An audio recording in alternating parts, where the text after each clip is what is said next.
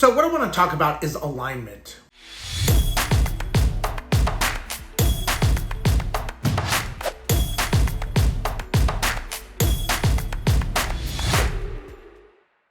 When you are running a business, whether it's a rental property, flipping business, or whatever, you've got to make sure that whoever you're working with, you are aligned. So this may be a business partner, or it can be your spouse, significant other, or it can be your family and children. Just because you're not in business with that person doesn't mean that you don't make sure that everybody is aligned.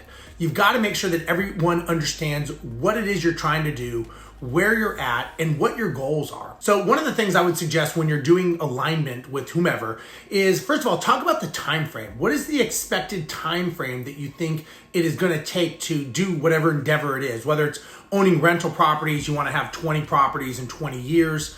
You want to make sure that you set proper expectations. A lot of times we may kind of do a pie in the sky and just say like, oh, I'm going to have 20 properties in 3 years.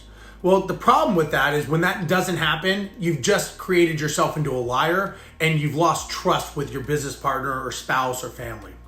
So having the timeframes correct and realistic is important. I'd also talk about what is best case scenario and what is worst case scenario and where you think you'll be. So we all know there is a best case and there is going to be a worst case.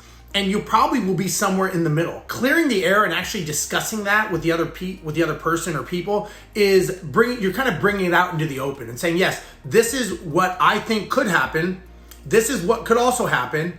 And this is probably about where we'll be. So setting proper expectations is very important. The other thing is having specific roles and duties and who is going to do what in the business relationship. So when you're aligned with you and your business partner, or you and your spouse are doing something, you've got to make sure that, number one, what do you bring to the table?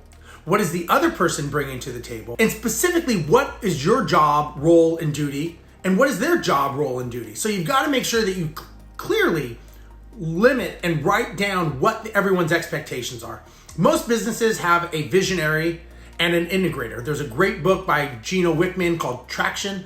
He talks about the visionary and the integrator, and then a more in-depth book is called Rocket Fuel. If you haven't read those, I would suggest you take a look at those, and you would be wise to learn a lot of information from those books because it talks about the roles and duties of the visionary and the integrator in a business relationship. So again, having alignment when it comes down to it is really having communication, making sure that you are communicating with the other person and you're putting everything out in the open and giving them the ability to question, ask, have some concerns, whatever their thoughts are and their concerns are. It's respectful that you let them air their grievances and talk about it so that you can either say that's not realistic and here's why. But again, emotions drive a lot of decisions and that is not how it should be in a business decision. So again, that's alignment. Always make sure that you're aligning. I recommend maybe at least once a year you do a serious alignment with you, your business partner, everyone's spouses. Make sure everyone's on the same page when it comes to making sure that the business is going in the right direction and all the people involved know what is going on with the right expectations. And again, it comes down to communication.